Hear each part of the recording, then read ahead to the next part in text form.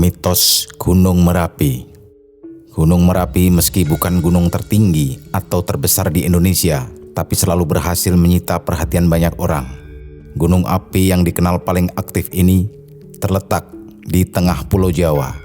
Tepatnya berada di 4 wilayah kabupaten sekaligus, yaitu Magelang, Sleman, Klaten, dan Boyolali.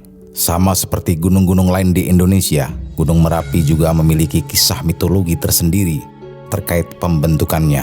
Konon menurut cerita yang beredar di masyarakat, Gunung Merapi adalah penyeimbang Pulau Jawa agar tidak miring.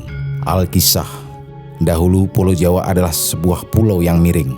Para dewa di Kayangan berencana menyeimbangkan Pulau Jawa dengan memindahkan sebuah gunung di Laut Selatan, yaitu Gunung Jamur-Dipa. Sementara itu, di bagian tengah Pulau Jawa yang akan menjadi lokasi diletakkannya Gunung Jamur-Dipa, terdapat 2 orang empu sakti yang sedang membuat keris.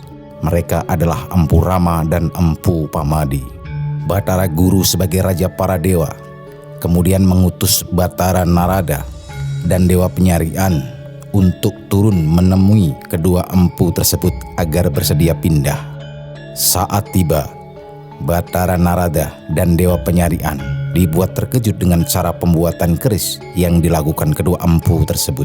Empu Rama dan Empu Pamadi menempa batangan logam yang membara, tidak menggunakan palu, namun dengan tangan kosong dan paha.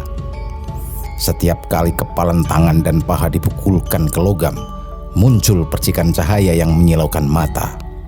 Permintaan Batara Narada dan Dewa Penyarian agar kedua empu tersebut pindah ditolak mentah-mentah. Walaupun sudah dijanjikan tempat yang lebih baik, Empu Rama dan Empu Pamadi enggan pindah karena menurut mereka membuat keris sakti tidak bisa dilakukan dengan berpindah-pindah karena akan mengurangi kesaktiannya. Sudah berkali-kali membujuk, namun Batara Narada dan Dewa Penyarian tidak mampu meyakinkan kedua empu tersebut. Para dewa akhirnya menyerah dan kembali ke Kahyangan. Di Kahyangan, para utusan melapor kepada Batara Guru. Karena kondisi yang kian mendesak, akhirnya para dewa terpaksa menindih kedua empu yang sedang membuat keris itu dengan Gunung Jamur-Dipa. Dengan kekuatan sakti Dewa Angin, Dewa Bayu, Gunung Jamur-Dipa dibuat melayang-layang di udara dengan angin topan. Gunung Jamur-Dipa jatuh tepat di atas perapian Empu Rama dan Empu Pamadi. Kedua empu tewas seketika tertimpa gunung.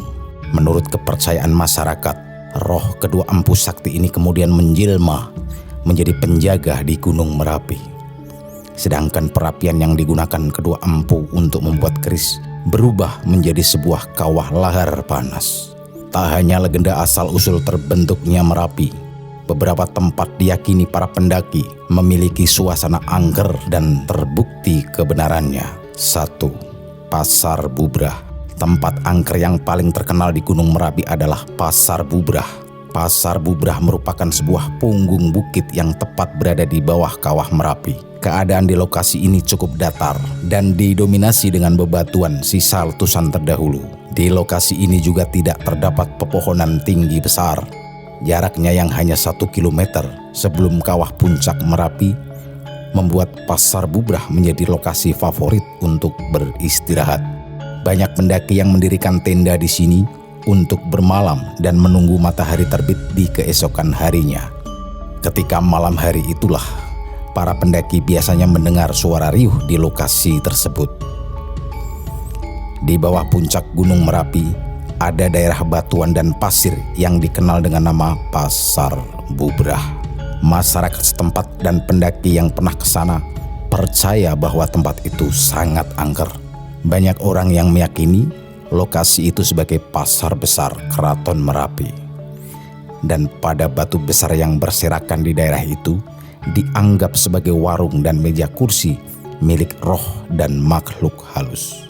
Ketika para pendaki mencapai kawasan ini, mereka akan dihimbau untuk menjaga kata dan perilaku. 2. Bunker. Pada suatu hari, di sebuah hari Minggu, ada seorang wisatawan yang mengikuti lava tour dan perlahan menghampiri bunker. Bunker itu memiliki tangga menurun ke arah pintu. Dia turun dan menengok situasi di dalam bunker yang memang gelap. Setelah pintu besi bunker yang berat didorong, terlihat satu ruangan lapang seukuran ruang kelas di dalam bunker. Bentuk ruangannya setengah lingkaran dengan bekas lahar panas yang telah membatu di tengah bunker. Satu-satunya sumber penerangan hanyalah cahaya dari pintu masuk bunker. Beberapa saat kemudian, dia segera beranjak keluar dari bunker. Tiba-tiba ada suara menangis dari bunker yang dia tinggalkan itu. 3. Keraton Merapi. Di atas telah banyak disinggung jika Gunung Merapi dikuasai oleh kerajaan gaib yang sering disebut sebagai Keraton Merapi. Keraton Merapi ini sudah ada semenjak zaman Keraton Mataram.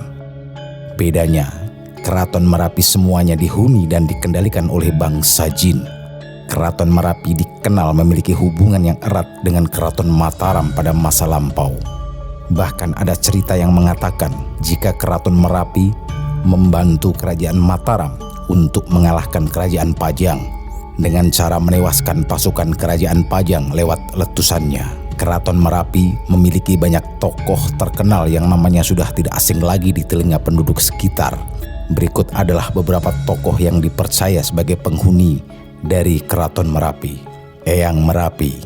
Eyang Merapi merupakan seorang raja alias pemimpin dari para makhluk gaib yang mendiami Keraton Merapi.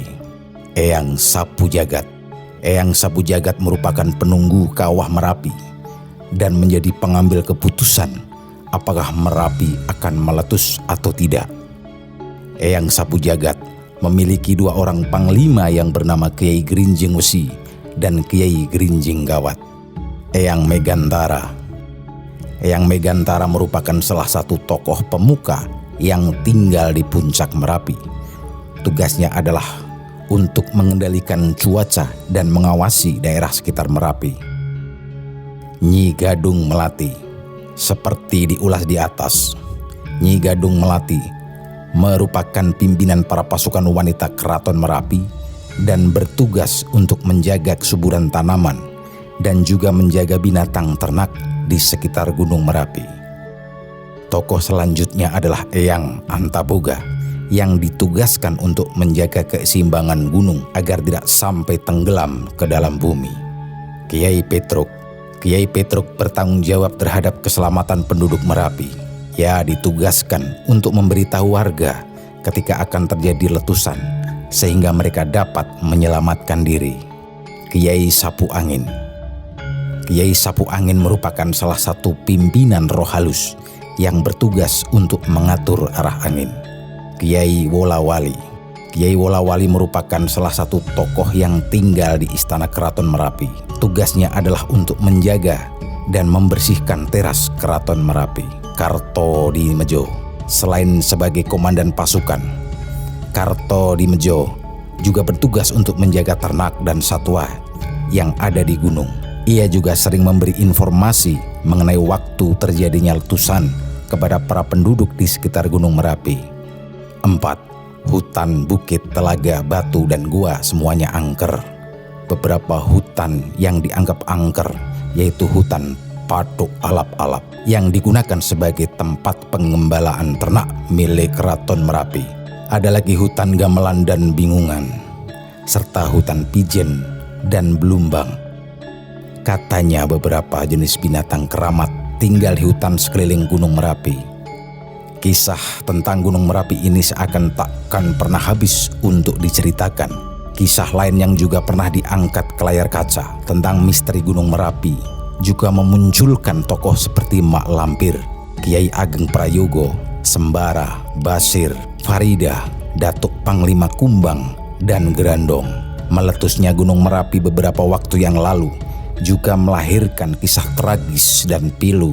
Erupsi yang diiringi awan panas dan banjir lahar dingin terjadi sampai beberapa bulan. Awan panas itu seketika melumat habis apapun yang dilewatinya, tak terkecuali Mas Penewu, Surak Sohargo, atau Mbah Marijan beserta kediamannya.